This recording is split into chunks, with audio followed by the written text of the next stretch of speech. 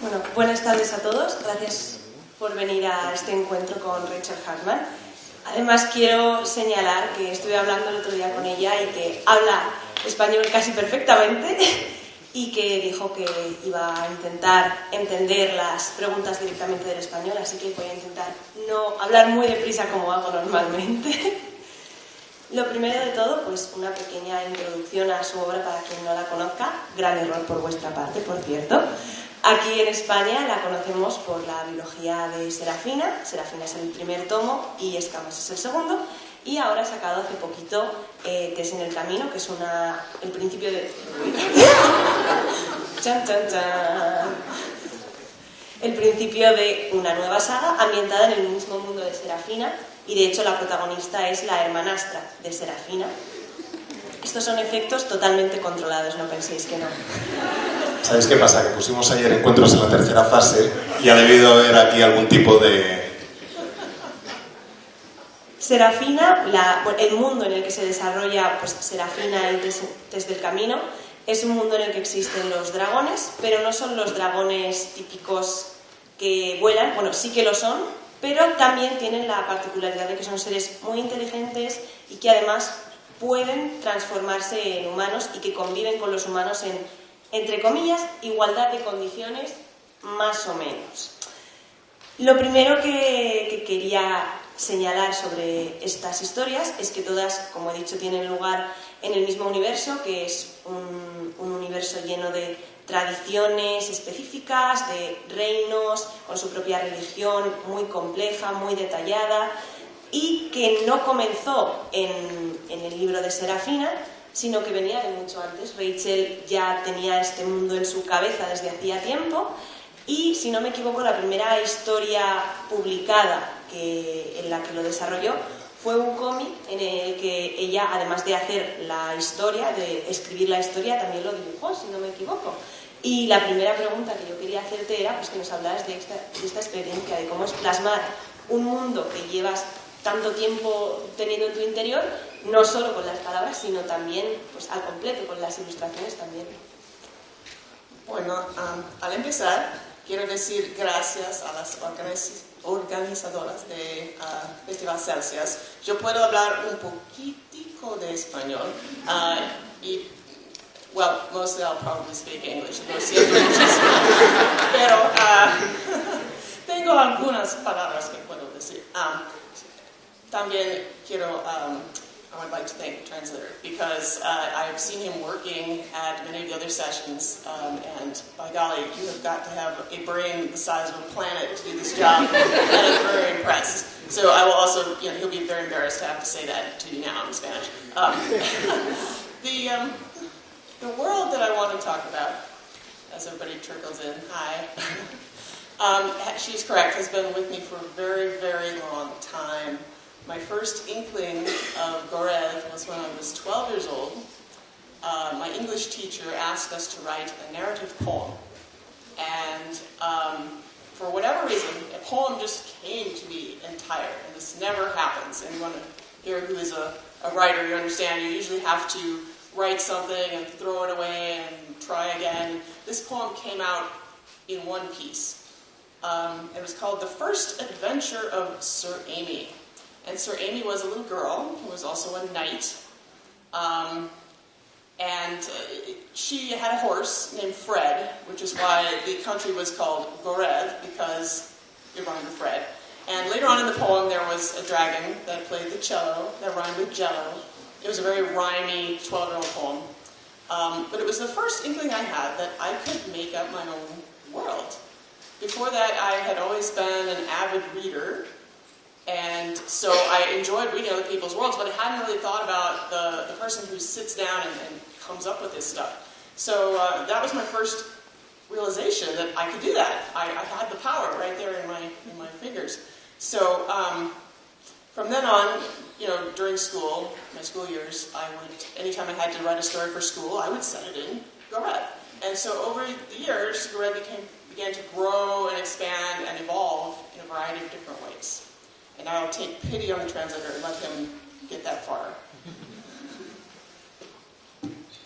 Muy bien, pues me temo que buena parte de la charla será en inglés, pero por lo menos tenemos un intérprete al lado. El caso es que quisiera empezar por hablaros del mundo en el que se desarrollan mis historias y de todo el tiempo que llevo viviendo con ellas. El primer contacto que tuve con Goret, que es el mundo en el que se desarrollan todos mis relatos, llegó a los 12 años, cuando en clase de narrativa una profesora nos dijo que escribiéramos un poema que a mí me llegó de golpe. Y eso, si alguna vez os habéis puesto a escribir, sabréis que no es algo que ocurra con mucha frecuencia. Se me ocurrió que era una aventura de una caballera que se llamaba Sidaimi, y era, pues eso, una caballera que tenía un caballo que se llamaba Fred, y el caballo se llamaba Fred porque Fred rima con Goret, y luego también hablaba de un chelo que se le enredaba en el pelo, y así iba haciendo las rimas, más o menos, para que os hagáis una idea. Pero lo que me gustó de aquel ejercicio fue que era la primera vez que tenía un mundo propio, era la primera vez que se me ocurría un entorno para mis historias, en tanto que lectora ávida que era ya entonces, no se me había ocurrido pensar que a la gente pues le vienen estas ideas a la cabeza y les da forma utilizando los dedos. Y usé cada vez que tenía que escribir una redacción en el cole el mundo de Goret para ir jugando con él e irlo ampliando, para ir desarrollándolo y que se pudieran contar ahí las historias que tenía en la cabeza.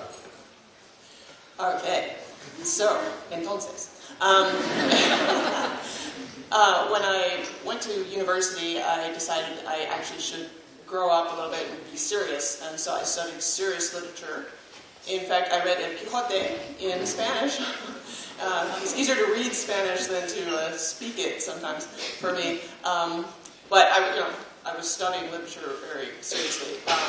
But on the side, I started drawing a comic strip for the school paper, which was called Ellen of Troy. It was making fun of my classes. I had a good time doing that. But when it came to time to make the decision, should I continue on in graduate school or should I live in my grandma's attic and draw comic strips, I ended up going for the comic strips, to my surprise, to my whole family's surprise. And so I did comics, mostly through my 20s, and I started a comic book called Amy Unbounded. It was about the same little girl but she was no longer actually a knight, she was only a knight in her own imagination. And so they were set in Goret, of course, and so as I was drawing these comics, I had to research the Middle Ages and all the different things to draw. So in terms of world building, this was actually a really wonderful thing, because even now, I can look back at the comics and realize that, oh, okay, this is what everything looks like, the buildings look like this, and everything that I drew, I have a visual guide. It's very handy. But you were mentioning the dragons a little bit, and the dragons came from that era when I was drawing comics, because if you recall, there were dragons in the original poems. There were always intended to be dragons in Goret, and I was going to, I had stories that I was thinking of that I was going to draw. But when it came time to actually draw the dragons, it turns out dragons are very difficult to draw. And also, I'm very bad at drawing them. They would come out looking like kangaroos with wings or dogs with wings. They were terrible. And so I had a dilemma. I could either sit and practice, which, to be fair, now that I'm a mother, I feel like I have to say this, practice really does work, okay? It would have helped, I could have done it, but I was too bored, I couldn't. And so suddenly an idea came to me. If dragons could take human form, then I could draw humans. And suddenly everything was going to be very easy and straightforward, and I thought I was a genius. But what I didn't understand until then I started trying to actually incorporate these creatures into the story is that suddenly there were a lot of questions that needed to be answered. Because if dragons can take human form, how do dragons as humans, get along? Right? How would you know if the person sitting right next to you was a dragon? Would you want to know? Maybe it would be better not to know. It seemed to me there were going to have to be some laws and some rules and how everyone was going to get along. And now I'll take pity on the translator again. Y el caso es que cuando me fui a la universidad decidí que no era muy serio aquello de seguir con Gorethe y que quería pues dedicarme a literatura de verdad. Incluso llegué a leerme, mientras estaba en la facultad, del Quijote en castellano, y me resulta en ocasiones más fácil leer en castellano que hablarlo, y os lo digo totalmente en serio. Pero mientras estudiaba literatura seria, como digo, decidí, o empecé, de hecho más bien, a hacer una tira de prensa en el periódico de la universidad. Era una tira de prensa en la que quería, bueno, pues tratar de divertirme un poco, y decidí que ya que estaba siendo tan seria en mis estudios, podía tomarme alguna libertad con lo de la tira de prensa, y me lo pasé muy bien, tanto, y me salía con facilidad, tanto que cuando acabé en la facultad me tuve que plantear si quería seguir dedicándome a la literatura en serio o si quería dedicarme a hacer tiras de prensa encerrada en el sótano de mi abuela.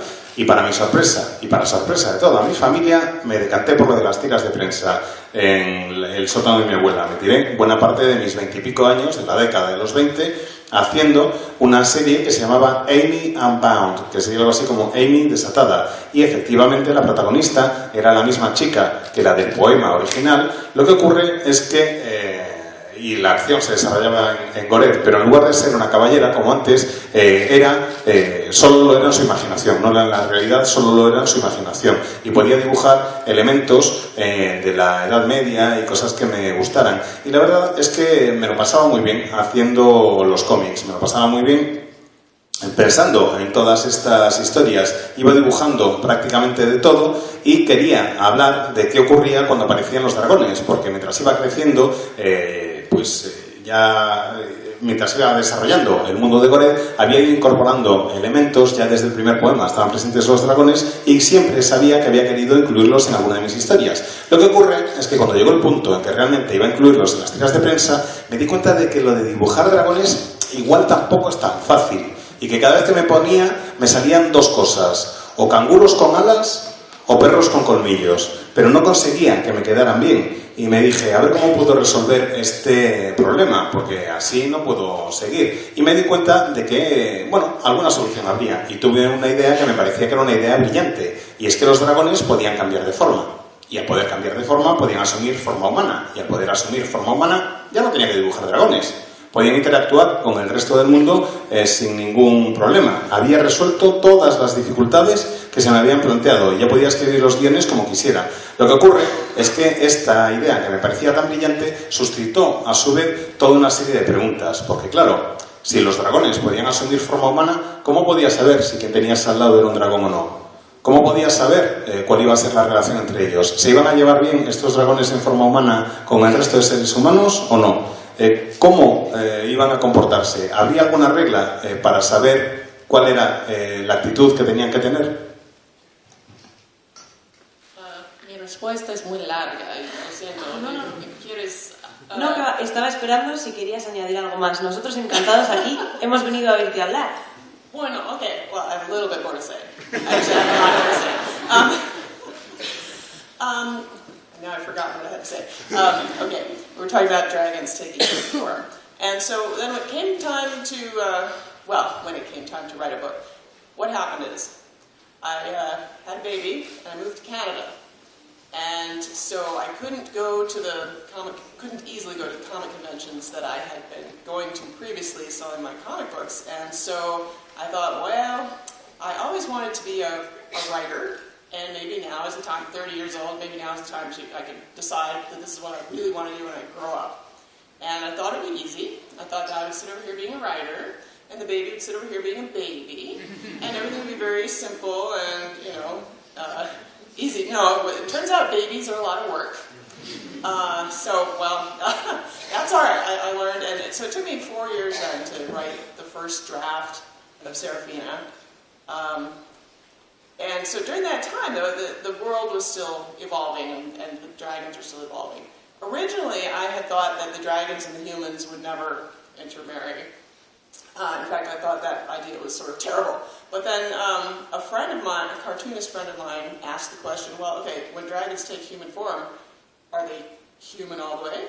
And I said, well, sure, yeah, they're all the way down to their gametes. And I said, what? No. I thought about it. What if they could intermarry, and what if occasionally, you know, a half dragon, half human child was born? And that seemed to me to be the natural seed of a story, because it would create conflict, right? That if you had this world, we had these rules, and dragons and humans were not supposed to get together this way, and they were supposed to, you know, keep things separate, and what would happen to this girl? Would she have to hide what she was? Would she have, you know, how would she feel about it? Would she be ashamed? Would she be desperate, though, to get out into the world and see the world and get out from under her parents' thumb, like we all are at some age? And that struck me as actually a really good starting point for a young adult novel, right? Because that is the moment that we have all felt, the moment that I have to get out of here. These people are stifling me, and but also the sense that, you know, I am secretly some kind of monster, and if anybody knew, my life would be over forever. And so that struck me as kind of quintessential teenage experience. And so that was really how the very first inkling I had of Serafina as a story. Bien, ¿por dónde íbamos? Por lo de las reglas y los dragones con forma humana. Vale. Pues cuando llegó el momento de escribir el libro, bueno, a ver, el momento de escribir el libro llegó cuando me quedé embarazada y nos mudamos con mi familia a Canadá. Perdón. Es hablar de dragones, mira la dirección. Sabía que no iba a poder seguir yendo a los salones del cómic como estaba yendo en el pasado, donde vendía mis tebeos, y que no iba a poder dedicarme a hacer lo mismo. Y lo de escribir, lo de crear historias, pues siempre me había gustado. Ya os digo que todas las redacciones del cole pues habían tenido lugar en Goret. Así que pensé, vale, perfecto, pues me voy a dedicar a escribir ahora. Pensé, esto va a ser muy sencillo. Pongo al bebé aquí, le echo una ojeada de vez en cuando y me pongo a escribir. Con lo que no contaba es con que los bebés son realmente una gran carga de trabajo, quiero decir. Suponen una gran fuente de trabajo, y que lo que yo pensé que iba a ser coser y cantar, pues me requirió en realidad 4 años, que es lo que tardé en escribir el primer borrador de lo que luego sería Serafina. Fui desarrollando el mundo partiendo siempre de la idea de lo de los dragones, y otro de los elementos que incorporé a la trama provino de un comentario con un amigo que se dedicaba al mundo del cómic también, porque claro, yo no tenía la menor de las dudas de que nada de matrimonios mixtos ni nada por el estilo, nada de matrimonios entre humanos y dragones. Pero este amigo del cómic me dijo, oye, ¿y cuando los dragones se transforman en humanos, se transforman del todo en humanos? Sí, pero ¿del todo? Sí, ¿hasta ahí abajo también? Sí. Y lo que me había parecido una aberración en un principio, de repente me pareció un germen para una buena idea. ¿Qué ocurriría si naciera un semidragón o una semidragona? ¿Qué ocurriría con esa niña? Me parecía que esa era una semilla para desarrollar una nueva historia y que hubiera una fuente de conflicto, porque por una parte, ya os he dicho, había una serie de normas muy claras para mantener separados a humanos y a dragones. ¿Pero qué le ocurriría a esa chica? ¿Ocultaría su origen? Tendría que ocultarlo, lógicamente, ocultar quién era. ¿Cómo se sentiría? ¿Cómo pensaría que podría sobrevivir en el mundo? ¿Qué ocurriría? Porque por otra parte, seguro que siendo adolescente tendría ganas, como hemos tenido todos, claro, de quitarse de encima a sus padres y vivir por su cuenta, pero eso supondría ponerse en peligro. Me parecía que ahí tenía una buena semilla para una historia de novela juvenil, porque todos hemos querido sentirnos más libres de adolescentes, que dejen de agobiarnos tanto, pero al mismo tiempo, aunque no queremos que nos agobien, ella tendría que mantener un secreto, tendría que ocultar al mundo que era una especie de monstruo si quería sobrevivir. Y eso es el epítome de lo que supone ser un adolescente, y es la experiencia en la que me inspiré para empezar a escribir Serafina. Bueno, ¿quieres preguntarme otra? Muchas cosas. Oh, sí, okay. Otro aspecto interesante de tus novelas es que tienen diversidad y diferentes tipos de diversidad. Quiero decir, hay personajes a los que les viene la regla y se habla de ello de manera explícita, bueno, la botella. Hay un personaje que es que es un personaje que es trans, hay una raza incluso diferente, igual que existen los dragones, hay otra raza distinta que tiene la habilidad biológica de poder cambiar de sexo y de género y de manera totalmente aceptada en su sociedad. Son personajes que aparecen y eso está pues, naturalizado dentro de la historia, pero tampoco es un mundo perfecto en el que no existe opresiones para nadie. Y es algo que se ve en la biología de Serafina, en el conflicto quizá más metafórico entre dragones y humanos, y de manera mucho más directa respecto a nuestra realidad, digamos, Desde el Camino, que habla más pues, de la opresión que sienten, en este caso, las mujeres, en esa sociedad que, por mucho que haya dragones, pues es espejo de la nuestra en la medida en cómo se trata a las mujeres. Y yo te quería preguntar por qué escogiste o por qué te parece interesante, a mí también me lo parece, utilizar la fantasía tanto como herramienta para decir cómo el mundo podría ser mejor, por ejemplo, mostrando personajes que en nuestra realidad están oprimidos y mostrar que existe una manera de que no lo estén, de que es algo social, pero también de denunciar opresiones que sí suceden en nuestro mundo. Well, I'm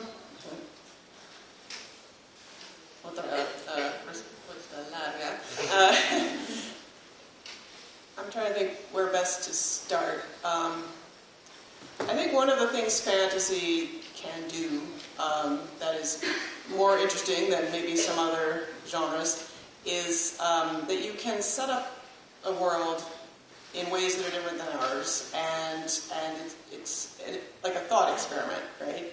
And you can run your characters through the maze of this thought experiment and see where it takes them.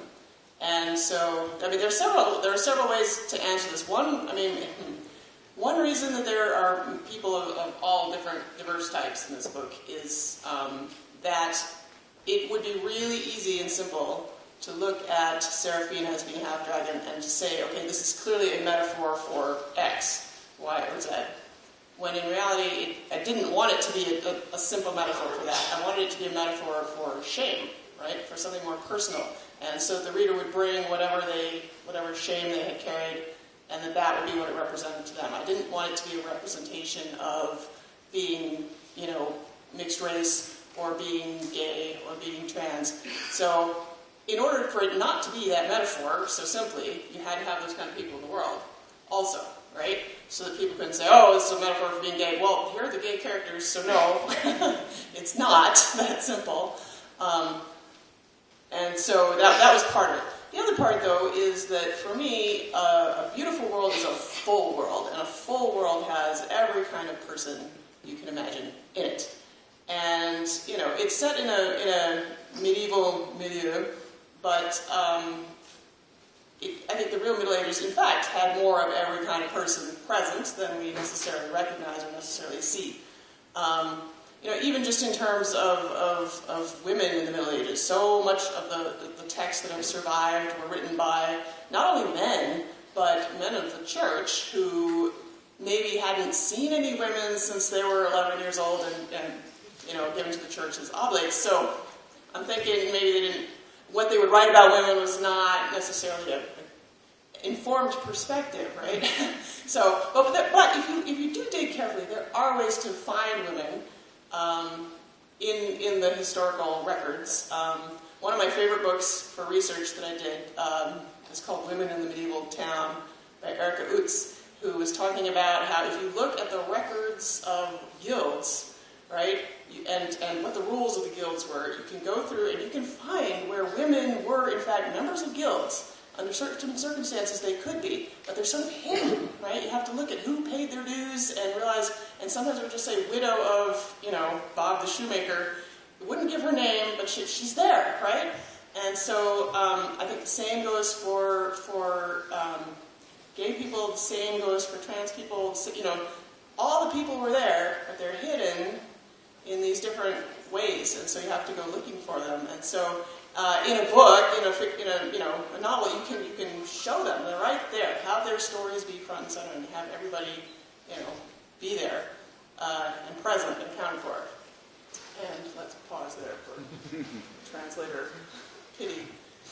Desde el principio sabía que quería hacer una cosa distinta con la fantasía. La fantasía te permite, a diferencia de otros géneros, darle forma a un mundo de tal manera que sea un poco distinto al nuestro, incluso está bastante distinto. Te permite llevar a los personajes a través de un laberinto, los vas guiando, pero no se trata simplemente de que tengas una idea y que lleves a los personajes a una meta, que los lleves y que hagan X, Y y Z.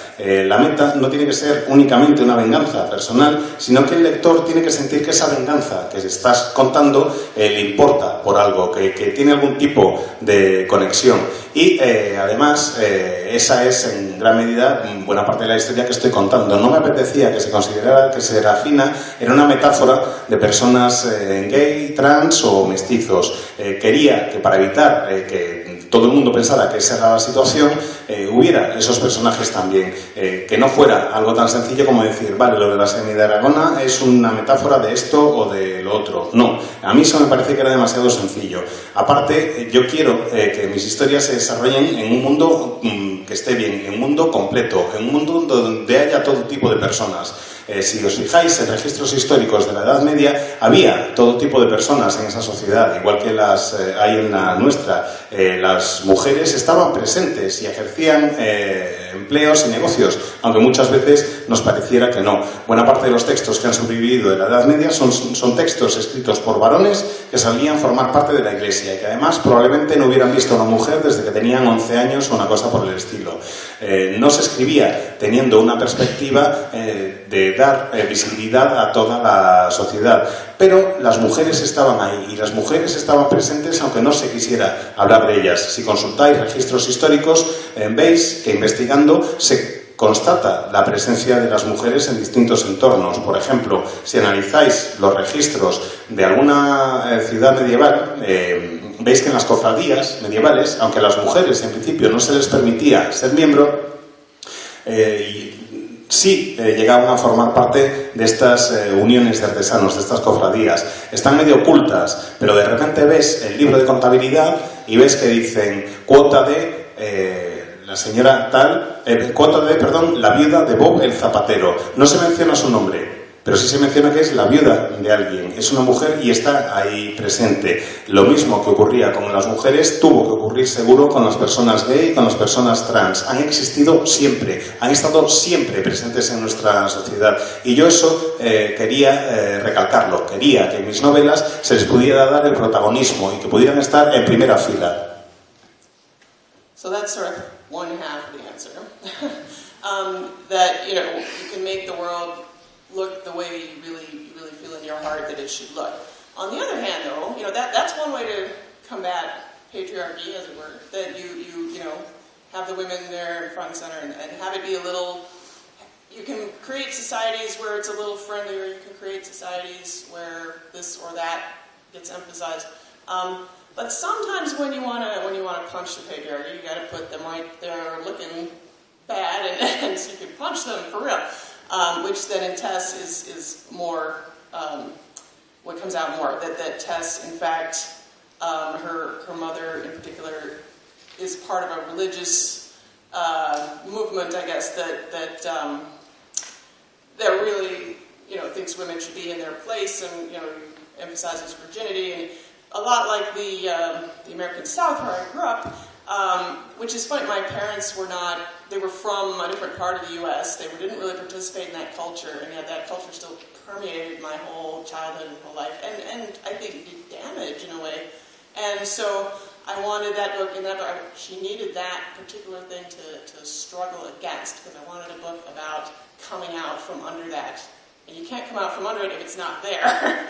So, it kind of goes back to the world building, that if you build a big enough world, there is room for almost any kind of society, almost any kind of story that you want to tell. And so you get not just diversity of individuals, but diversity of societies and how they interact together. And, even within a single society, right? You're not all the same here. We're not all the same in Canada. That's how the world really is. And so that to me is really fun and interesting, just to move those pieces around and see how they interact with each other.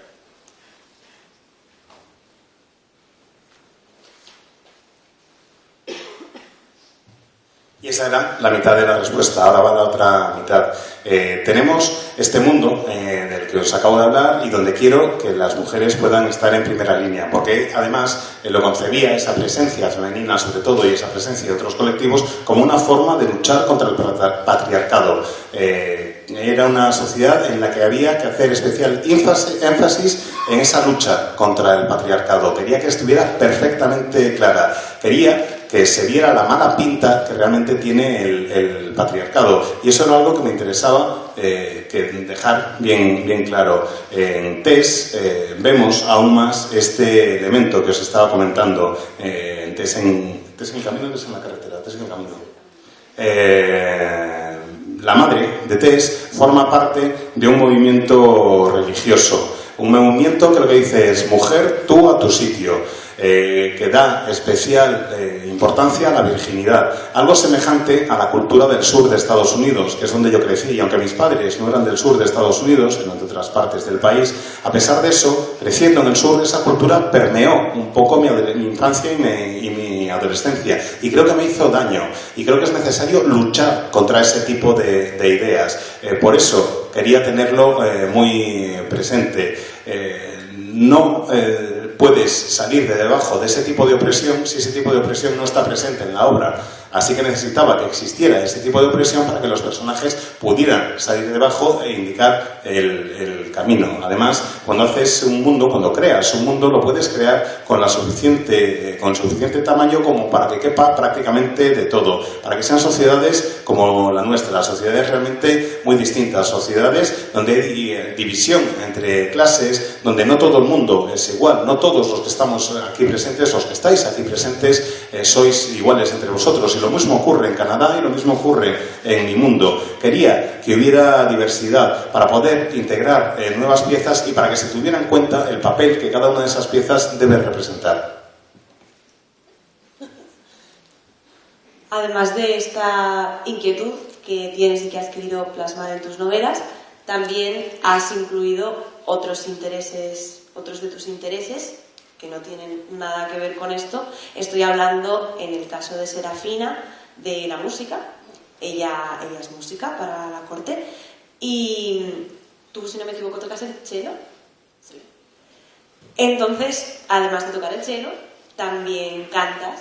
Y yo os voy a dar enseguida el turno de preguntas, porque seguro que tenéis muchas que hacer, pero como suele costar romper el hielo, os dejo que vayáis pensando no con una pregunta, sino con una invitación, porque me he enterado de que existen canciones, alguna canción inspirada en tus novelas y de que tú cantas.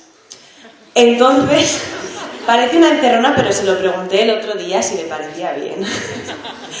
Entonces me gustaría que, si te sigue pareciendo bien, nos cantaras un trocito de la canción que prefieras, inspirada en alguna de tus historias, y así damos pie a que vayáis pensando preguntas. Así que bueno, el micro es tuyo. Pues antes tengo que decir lo siento a mi hijo, que va a morir. Okay, and I'll talk a little bit about the music first also. Serafina is a musician. One of the reasons I made her a musician is because it was a big thing that I loved growing up. My family was quite musical. I didn't really understand this until I left home, that people don't just, sing in the car. On long car trips, we'd all sing the whole time. And, I played cello, my sisters played violin and viola, so we would have little string trios. And for me, one of the most sort of transcendent experiences that I've ever had is playing music in front of people, right? In an orchestra or a string quartet. I didn't usually do solos, I wasn't that good, but I wanted to convey that experience, what that feels like, and so that was something I really did a lot of in Serafina. Let him say that much. Serafina, es música, y uno de los motivos es porque yo crecí en el seno de una familia realmente muy musical. Tardé en comprender que no todo el mundo, cuando se sube en el coche con sus familias, se pone a cantar sin parar hasta que llega al destino. Eso es lo que hacíamos en mi familia. Además, efectivamente, yo toco el cello y tengo una hermana que toca la viola y otra que toca el violín. O sea que en casa teníamos un trío de instrumentos de cuerda. Y pocas cosas hay que me emocionen y me gusten más, me parezca una experiencia más trascendental que tocar o cantar en público. Quería que Serafina fuera capaz de sentir esas emociones y fuera capaz también de transmitirlas. Okay, so because I'm very vain, I always put song lyrics in the books. I hate song lyrics in other books, but they're always in my books because I don't know, I'm super conceited and think I do it well.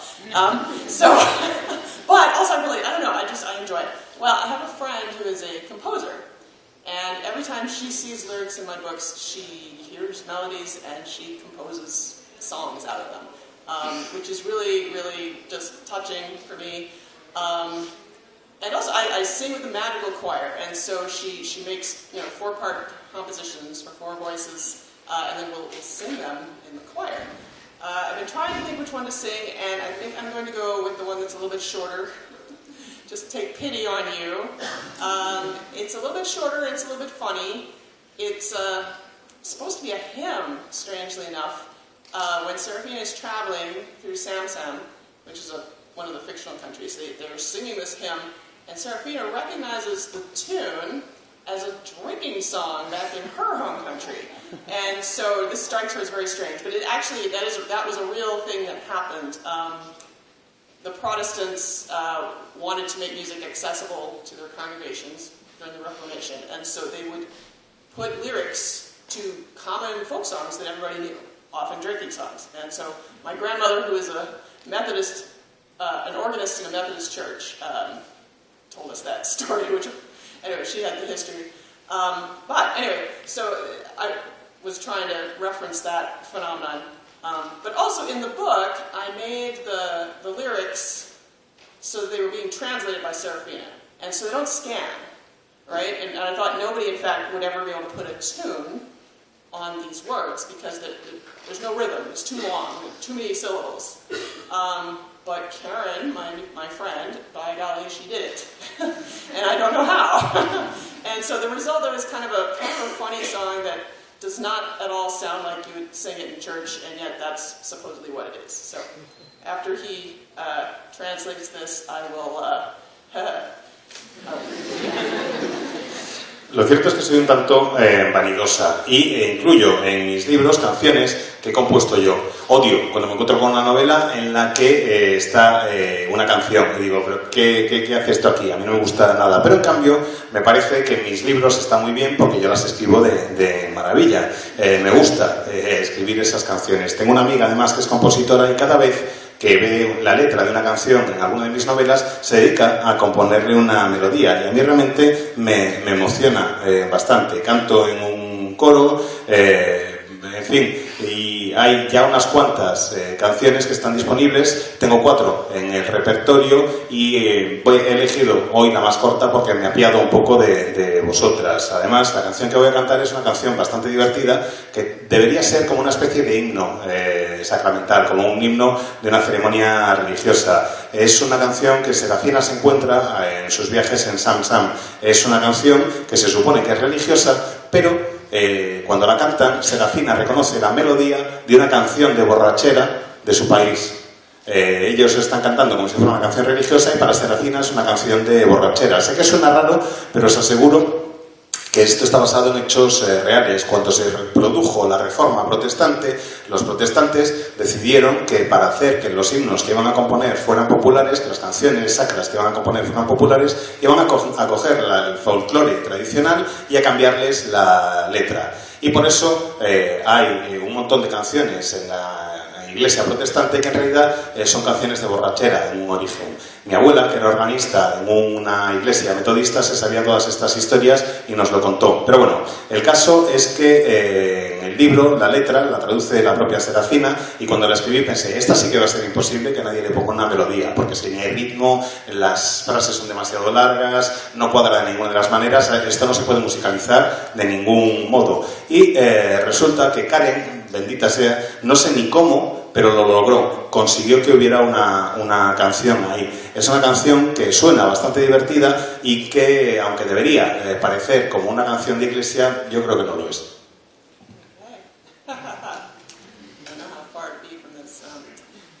Oh, faithless ignoramus, denier of heaven, sitting smugly upon a disbelieving bottom, oh baseless person who disregards the scriptures, standing confidently in a puddle of sin, there will be smiting with lightning in blood-soaked retribution, and head kicks about like footballs, and much more upon your wretched person, when golden Abaster returns with judgment for you. And salvation in the form of flowers for the rest of us.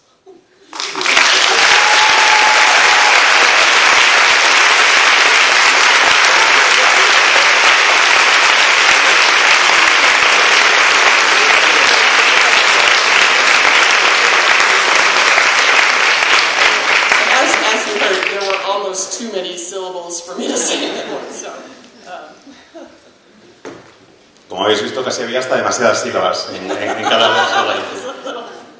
Bueno, pues con esta increíble actuación voy a dejaros estos 10 minutitos que nos quedan, escasos 10 minutitos, para que aprovechéis y hagáis preguntas a Rachel Harman, que como veis da las respuestas más interesantes, así que no desaprovechéis la oportunidad.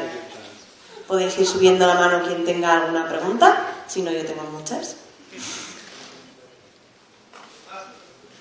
Me parece muy interesante el concepto del no sé si la traducción en español.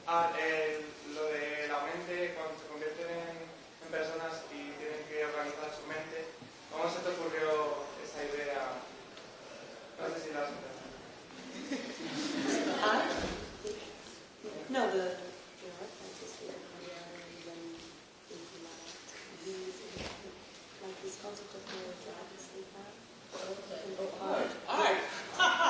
Art.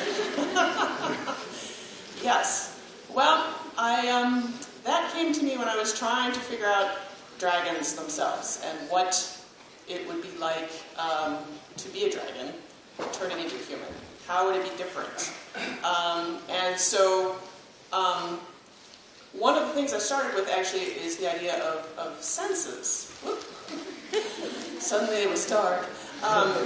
Is the idea of senses, that if you were a dragon in dragon form, for example, you would probably have extremely good eyesight, and you'd probably have a very good sense of smell, right? Because they're predators. They have to be able to hunt and find their prey, and so probably you would not be able to taste much because you breathe fire, it burns off all your taste buds, and the scaly skin would be impervious to touch, and hearing, I don't know, probably would not be that great necessarily. And so, but then you come down into human form and suddenly all your senses are different. And I know this seems like I'm coming at this from a strange angle, but bear with me. What happened is I thought to myself, okay, it's going to be very disorienting for a dragon in human form. That all of a sudden, you wouldn't be able to smell things that you used to be able to smell. Would that mean you would sniff your neighbor? Would your neighbor like that? Would you wear glasses even though they didn't really help you see as much as you ever had? Would wearing clothing would make your skin itch, right? Because you weren't used to having such sensitive skin. From there, it was just a hop, skip, and a jump to emotions. How are emotions going to be different? And it occurred to me they probably would be very different. Because it seems to me that, in particular, our softer emotions like love and this aren't something that a reptile would necessarily have, and that these seem to me to be more of a kind of mammalian characteristic for social bonding and bonding with our young and getting along with each other. As dragons, they don't need to get along with each other. Why would they even? So, dragons then struck me that they were going to have, the way they would cope with this when they were in human form is that they would have very strict rules for themselves.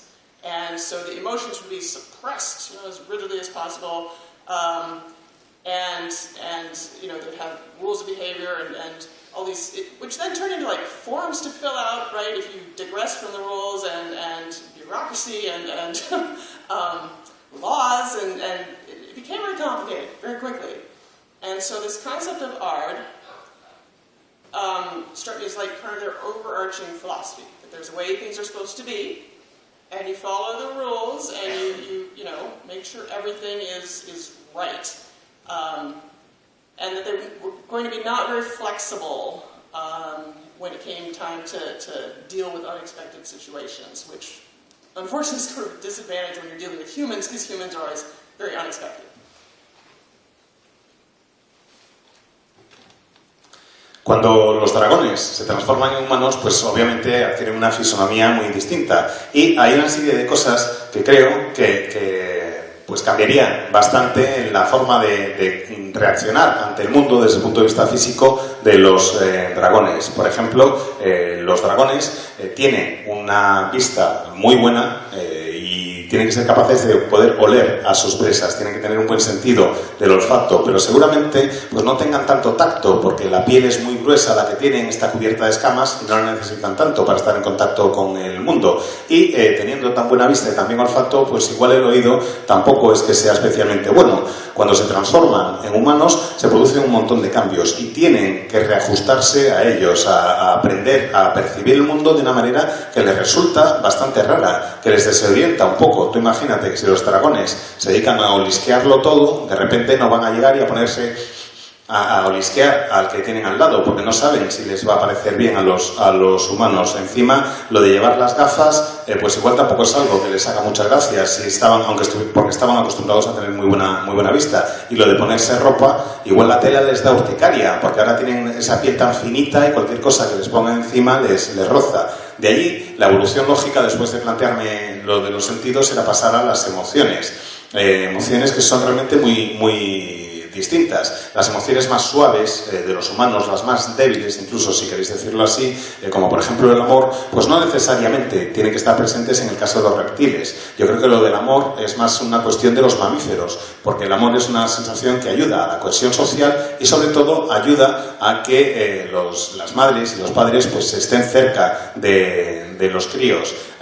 Ayuda a que nos llevemos bien los mamíferos unos con otros. Y a los dragones, ¿qué narices les importa lo de llevarse bien? Eso no es algo que estuviera presente hasta entonces. Lo de ser humano les obliga a tratar de aprender a lidiar o a adquirir la forma humana, les obliga a tratar de aprender a lidiar con las emociones, y eso lo tienen que hacer tratando de reprimirlas, controlándose, porque si no les desorientan enormemente. Para ellos, lo mejor que pueden hacer los dragones en forma humana es comportarse como si estuvieran rellenando un formulario, como si fuera una cuestión de pura burocracia. Y así es como me di cuenta de que iban a desarrollar con rapidez el ART. Precisamente, el ART serían una filosofía general de vida, una forma de asegurarse de que tienen las cosas bajo control, de que si se siguen las reglas todo va a ir bien. Y eso les ayuda, porque a los dragones no se les da nada bien lo de ser flexibles y adaptarse a situaciones inesperadas. Y eso, por desgracia también para ellos, es una de las principales características de los humanos, que somos totalmente impredecibles e inesperados. Nosotros, pues eso, como humanos que somos impredecibles e inesperados, tristemente no ha quedado mucho más tiempo para hacer preguntas, pero la buena noticia es que Rachel va a estar ahora en el pabellón de firmas, así que si queréis que os firme alguno de sus libros o hacerle alguna pregunta que se haya quedado en el tintero, pues bueno, va a estar ahí esperándonos. Pero tenemos que acabar esta charla ya para que los demás puedan entrar a su hora, así que muchas gracias a todos por venir otra vez. Y muchas gracias, por supuesto, a Rachel por venir y por cantarnos esta canción aquí en Primicia.